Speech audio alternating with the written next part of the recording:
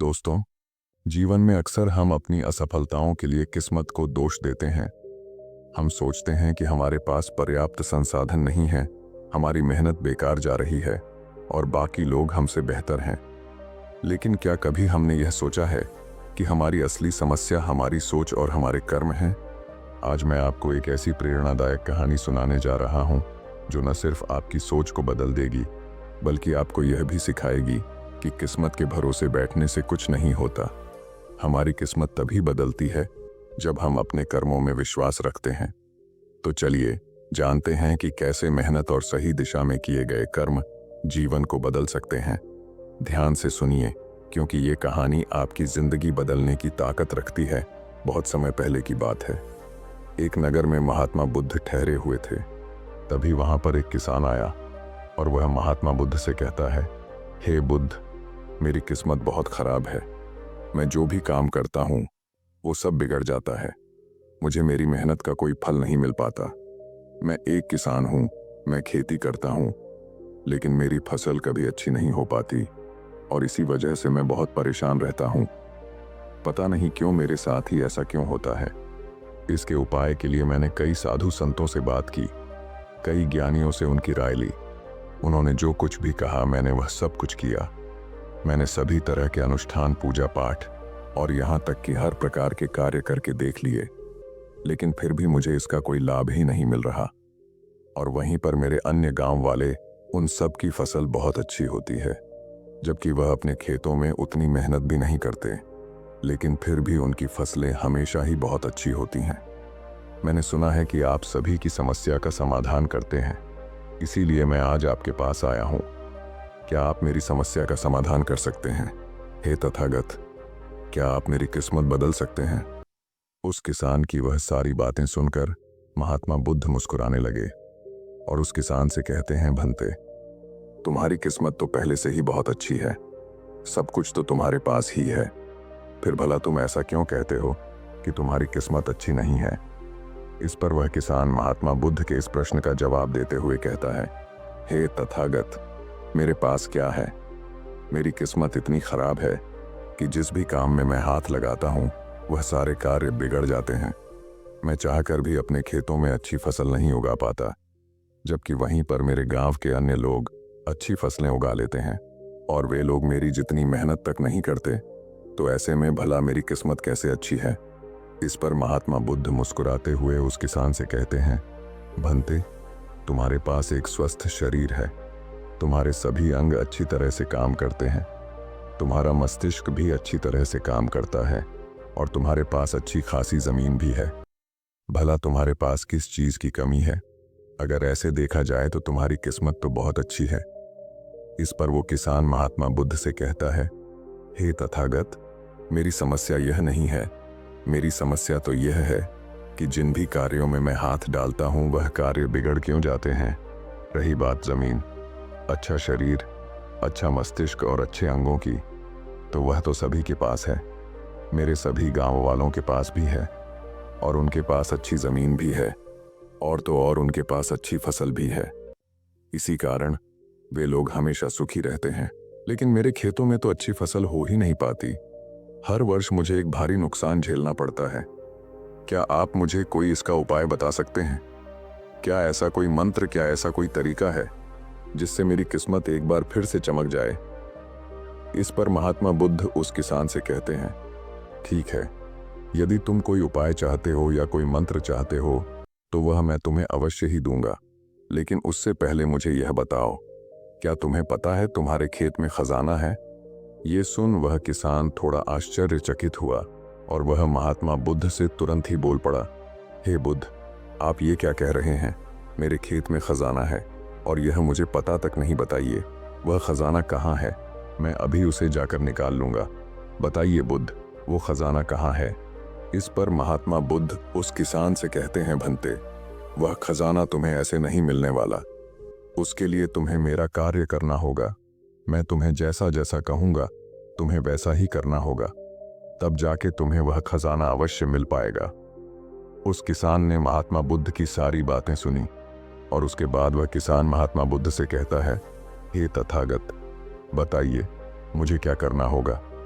आप जैसा कहेंगे मैं वैसा करने के लिए तैयार हूं, लेकिन मुझे बता दीजिए कि आखिर वह खजाना मेरे खेत में कहां पर है। इस पर महात्मा बुद्ध उस किसान से कहते हैं, भंते, अपने खेतों में जाओ और अपने खेतों की खुदाई करके एक मिट्टी टोकरी भरकर मेरे पास लाओ। वह किसान तुरंत ही महात्मा बुद्ध की बात मान लेता है।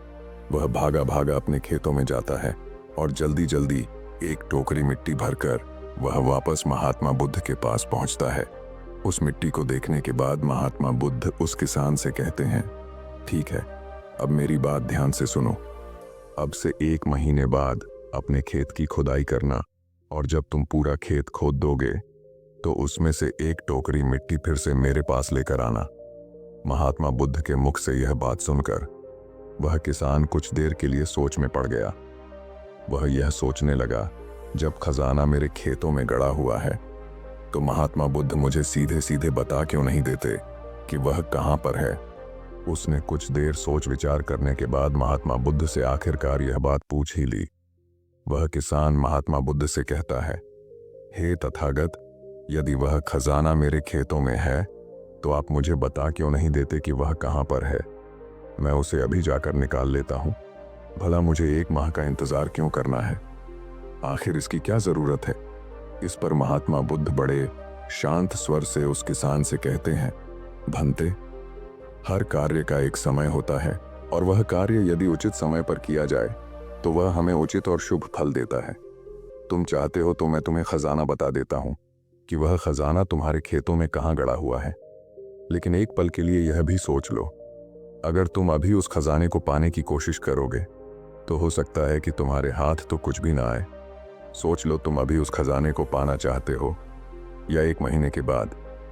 महात्मा बुद्ध के मुख से यह सारी बातें सुनकर वह किसान कुछ देर के लिए सोच विचार में पड़ गया और फिर वह महात्मा बुद्ध से कहता है, हे तथागत, आप जैसा कहेंगे मैं वैसा ही करूंगा। इतना कहकर वह महात्मा बुद्ध को प्रणाम करके वापस घर लौट जाता है। वह जैसे तैसे अपने मन को मार तो लेता है, अपनी इच्छाओं को दबा तो लेता है, किंतु अब भी उसका मन बहुत बेचैन था। वह उस खजाने को जल्द से जल्द पाना चाहता था। रात में उसे खजाने के सपने आया करते थे। वह दिन भर केवल खजाने के बारे में ही सोचता रहता था। जब भी वह खेत जाता तो एक किनारे पर बैठता और उस खजाने के बारे में सोचने लग जाता। दिन भर हर समय उसके मन में केवल खजाना पाने के विचार ही चलते रहते। वह यह सोचता रहता कि जब मुझे खजाना मिल जाएगा तो मैं तो इस नगर का सबसे अमीर आदमी बन जाऊंगा। मेरे पास सारे ऐशो आराम होंगे और मैं अपना जीवन आनंदमय बिताऊंगा। मुझे किसी चीज की कोई कमी नहीं होगी। देखते ही देखते ऐसे ही करीब 1 माह बीत गए और वह अपने खेतों में गया और उसने अपने खेतों में से एक टोकरी मिट्टी खोदी। उस टोकरी में भरकर वह महात्मा बुद्ध के पास पहुंचा और महात्मा बुद्ध से कहता है, हे तथागत, यह लीजिए एक टोकरी मिट्टी जो मैंने अपने खेत से लाई है। अब बताइए वह खजाना कहां पर है। इस पर महात्मा बुद्ध उस किसान से कहते हैं, क्या तुमने अपना सारा खेत खोद दिया। इस पर वो किसान महात्मा बुद्ध से कहता है, नहीं तथागत, आपने कहा था केवल एक टोकरी मिट्टी ही आपको चाहिए, इसलिए मैंने केवल एक टोकरी मिट्टी ही निकाली। भला उसके लिए मुझे पूरा खेत जोतने की क्या जरूरत है। बस आप मुझे यह बता दीजिए कि वह खजाना मेरे खेतों में कहां पर गड़ा हुआ है। मैं जाकर वहीं पर खोदूंगा और वह खजाना निकाल लूंगा। इस पर महात्मा बुद्ध उस किसान से कहते हैं, भंते, वह खजाना पूरा खेत जोतने से ही मिलेगा। यदि तुम अपना खेत नहीं जोतोगे तो वह खजाना कभी नहीं बाहर आने वाला। अब सोच लो तुम्हें क्या करना है। इस पर वह किसान एक बार फिर कुछ देर के लिए सोच विचार में पड़ जाता है और वह यह तय करता है कि वह जाकर अपने खेत को जोतेगा। इसलिए वह महात्मा बुद्ध को प्रणाम करके वापस घर लौट जाता है और अगले ही दिन वह अपना सारा खेत जोतकर एक बार फिर से एक टोकरी मिट्टी भरकर महात्मा बुद्ध के समक्ष पहुंच जाता है। तभी महात्मा बुद्ध उस किसान से कहते हैं, भंते, अभी तुम्हारा खेत ठीक से नहीं जोता गया है। जाकर एक बार फिर कोशिश करो, एक बार फिर अपने खेतों में हल चलाओ। इस पर वह किसान महात्मा बुद्ध से कहता है, हे तथागत, मेरे पास हल नहीं है, बल्कि मैं खुद से ही हल की जगह पर खेत जोतता हूं। इस पर महात्मा बुद्ध उस किसान से कहते हैं, कोई बात नहीं भंते, एक बार फिर परिश्रम करो। और इस परिश्रम का फल तुम्हें अवश्य मिलेगा। वह किसान महात्मा बुद्ध की बात मान लेता है और वह एक बार फिर से अपने खेतों में मेहनत करता है। वह एक बार फिर से हल चलाता है और एक टोकरी मिट्टी लेकर वह महात्मा बुद्ध के समक्ष फिर से उपस्थित हो जाता है। मिट्टी देखकर महात्मा बुद्ध उस किसान से कहते हैं, हाँ अब ठीक है, किंतु अब तुम्हें मेरा दूसरा कार्य करना होगा। इतना कहकर महात्मा बुद्ध उस किसान से कहते हैं, जाओ और अपने खेतों में उन फसलों की बीज डालो जिन फसलों को तुम उगाना चाहते हो। इस पर वह किसान थोड़ा अचरज में महात्मा बुद्ध से कहता है, हे तथागत, आपने तो खजाने की बात की थी, फिर बीच में यह फसल कहाँ से आ गई? इस पर महात्मा बुद्ध उस किसान से कहते हैं, भंते, अगर तुम्हें खजाना चाहिए तो तुम्हें मिट्टी में बीज तो डालने ही होंगे। इस पर वह किसान महात्मा बुद्ध से कहता है, हे तथागत, आप जैसा कहेंगे मैं वैसा करने के लिए तैयार हूं, किंतु यदि मैं अभी बीज लेने जाऊंगा तो वो मुझे महंगे पड़ेंगे और अभी मेरे पास इतना धन भी नहीं है। यदि मैं कुछ समय बाद उसे लेने जाऊंगा तब वह मुझे सस्ते मिल सकते हैं। इस पर महात्मा बुद्ध उस किसान से कहते हैं, भंते, मैंने तुम्हें कहा था, यदि हम किसी कार्य को सही समय पर करते हैं तो हमें उचित लाभ मिलता है, किंतु अगर वही कार्य उस समय पर नहीं होता तो उसका फल हमें नहीं मिल पाता। इसीलिए आज ही जाओ और अपने खेतों में बीज डालो। वह किसान महात्मा बुद्ध की बात मान लेता है। वो महात्मा बुद्ध को प्रणाम करके बीज लेने निकल जाता है। बीज लाकर वह अपने खेतों में भी डाल देता है और फिर वह महात्मा बुद्ध के पास वापस पहुंचता है और बुद्ध से कहता है, हे तथागत, आपने जैसा कहा था मैंने वैसा ही किया। अब मुझे बताइए कि आखिर मेरे खेतों में वह खजाना कहाँ पर है ताकि मैं उसे निकाल सकूं। इस पर महात्मा बुद्ध मुस्कुराने लगे और उस किसान से कहते हैं, भंते, अभी तो तुम्हें एक और कार्य करना है, उसके बाद वह खजाना तुम्हें खुद ब खुद दिखेगा। किसान महात्मा बुद्ध से कहता है, हे तथागत, बताइए अब वह कौन सा काम है जो मुझे करना है। इस पर महात्मा बुद्ध किसान से कहते हैं, जो भी बीज तुमने अपने खेतों में डाले हैं, अब से तुम्हें उनकी देखभाल करनी है। उन्हें प्यार से सींचना है और देखना उन्हें कोई तकलीफ ना हो, वह स्वस्थ रहे, उन्हें कोई बीमारी या कीड़ा ना लगे। यदि ऐसा हुआ तो तुम्हें वह खजाना नहीं मिल पाएगा। और यदि तुम्हारे खेत का हर एक बीज अंकुरित हो गया और वह अपनी संपूर्णता तक पहुंच गया तो वह खजाना तुम्हें अवश्य ही दिखाई देगा और तब तुम्हें मेरे पास आने की कोई आवश्यकता भी नहीं पड़ेगी। उस किसान ने महात्मा बुद्ध की सारी बातें मान ली और उसके बाद वह महात्मा बुद्ध को प्रणाम करके वापस घर लौट गया। अब से वह अपने खेतों की देखरेख करने लगा।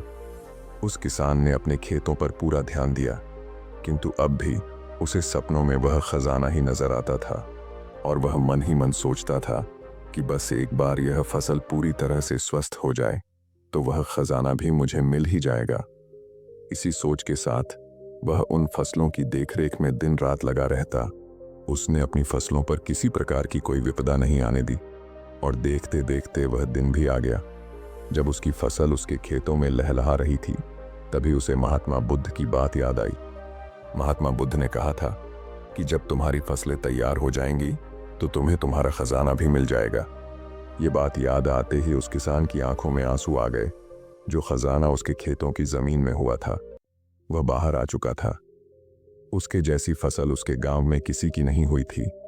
उसकी फसल से उसके सभी कर्ज भी पूरे होने वाले ही थे और सभी गांव वाले उसकी मेहनत को देखकर बहुत खुश थे और उस किसान की तारीफ कर रहे थे। लेकिन तभी उस किसान को महात्मा बुद्ध की याद आई और वह खुद को महात्मा बुद्ध के समक्ष पहुंचने से रोक न पाया। वह तुरंत ही महात्मा बुद्ध के चरणों में जा गिरा और उनसे कहने लगा, हे तथागत, आपने जो खजाना मुझे बताया था वो मुझे मिल गया है, लेकिन मुझे यह बात नहीं पता चल रही कि वह खजाना मुझे पहले क्यों नहीं मिला। इस पर महात्मा बुद्ध उस किसान से कहते हैं, भंते, हमेशा किस्मत को दोष देना सही नहीं होता। पहले तुम अपनी किस्मत को सही करने में लगे हुए थे, लेकिन तुम यह भूल रहे थे कि तुम्हारी किस्मत तो पहले से सही थी। तुम सही काम नहीं कर पा रहे थे। तुम चाहते थे कि तुम्हारे कर्म किए बिना ही तुम्हारी फसल सबसे उत्तम हो, लेकिन उसी वक्त मैंने तुम्हें खजाने का लालच दिया और खजाने के लालच में ही सही लेकिन जब तुमने सही समय पर सही काम किया तो तुम्हें सही फल भी मिला।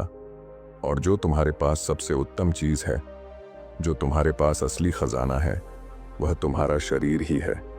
इस शरीर के माध्यम से हम इस दुनिया में जो चाहे वह पा सकते हैं। लेकिन यहाँ पर तो हर कोई अपनी किस्मत का रोना रोने में लगा हुआ है, यहाँ तक कि उन्हें अपने कर्मों में विश्वास ही नहीं है। तो ऐसे लोग भला अपने लक्ष्य तक कैसे पहुंच सकते हैं? इस पर वह किसान महात्मा बुद्ध से प्रश्न करते हुए कहता है, हे तथागत, तो क्या किस्मत जैसी कोई चीज नहीं होती? इस पर महात्मा बुद्ध मुस्कुराने लगे और उस किसान से कहते हैं, भंते, किस्मत क्या है? किस्मत हमारे ही सत्कर्म है, और यह सत्कर्म ही हमें ऊर्जा और शक्ति प्रदान करते हैं ताकि हम सही दिशा में कार्य कर सके, और इन कार्यों से ही हम अपने जीवन के लक्ष्य को प्राप्त भी कर सकते हैं। महात्मा बुद्ध के मुख से यह उपदेश सुनकर वह किसान महात्मा बुद्ध के चरणों में जा गिरा और उनसे कहने लगा, हे तथागत, मुझे आज पता चल गया है कि मेरी किस्मत खराब नहीं थी, मेरे तो कर्म ही खराब थे। किंतु मैं आज आपको वचन देता हूं कि आज से मैं अपनी किस्मत को कभी खराब नहीं कहूंगा, अपने कर्मों को सुधारूंगा और सभी कार्य सही समय पर करूंगा।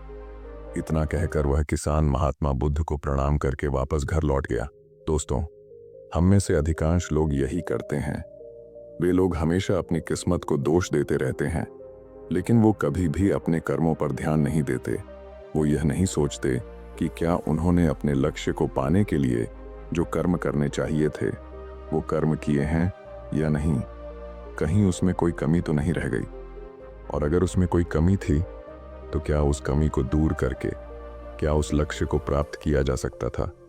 और यह सब हम तब सोच पाएंगे, तब समझ पाएंगे जब हम अपनी किस्मत को दोष देना बंद कर देंगे। लेकिन हम तो अपने आप को सही और अपनी किस्मत को गलत ठहराना चाहते हैं। हम किसी ऐसे को चाहते हैं जो हमारी गलतियों का ठेका ले ले, और इसीलिए हम अपनी किस्मत को हमेशा दोष देते रहते हैं ताकि हमें कभी किसी के सवालों का कोई जवाब ही ना देना पड़े। और इस तरह से हम उस समस्या से भी निकल जाते हैं, और हम कभी पीछे पलटकर यह नहीं देखते कि क्या हमने उस लक्ष्य को पाने के लिए हर मुमकिन कोशिश की थी या नहीं। हमसे कहीं पर कोई गलती तो नहीं हुई थी, क्योंकि हमें तो लगता है कि यह सब तो किस्मत का खेल है, और भला किस्मत से कौन जीत सकता है। आपने अपने आसपास भी ऐसे कई लोगों को देखा होगा जो लोग अपने लक्ष्य को प्राप्त ना कर पाने पर रोते हैं, चिल्लाते हैं, और जब उनसे कोई उनकी असफलता का कारण पूछता है तो वह यही कहते हैं कि वह तो मेरी किस्मत में था ही नहीं। लेकिन यहाँ पर आप एक वास्तविकता भूल रहे हैं। इस दुनिया में ऐसे कई सारे लोग हैं जो अपने कर्म पर ध्यान देते हैं। वह अपने कर्म को कभी नहीं छोड़ते, भले ही वह अपने लक्ष्य को पहुंच पाने में असफल हो जाए, लेकिन फिर भी वह अपने कर्म पर विश्वास रखते हैं। और जो लोग अपने कर्म पर विश्वास रखते हैं, वह लोग कभी यह नहीं कहते कि उनकी तो किस्मत ही खराब थी।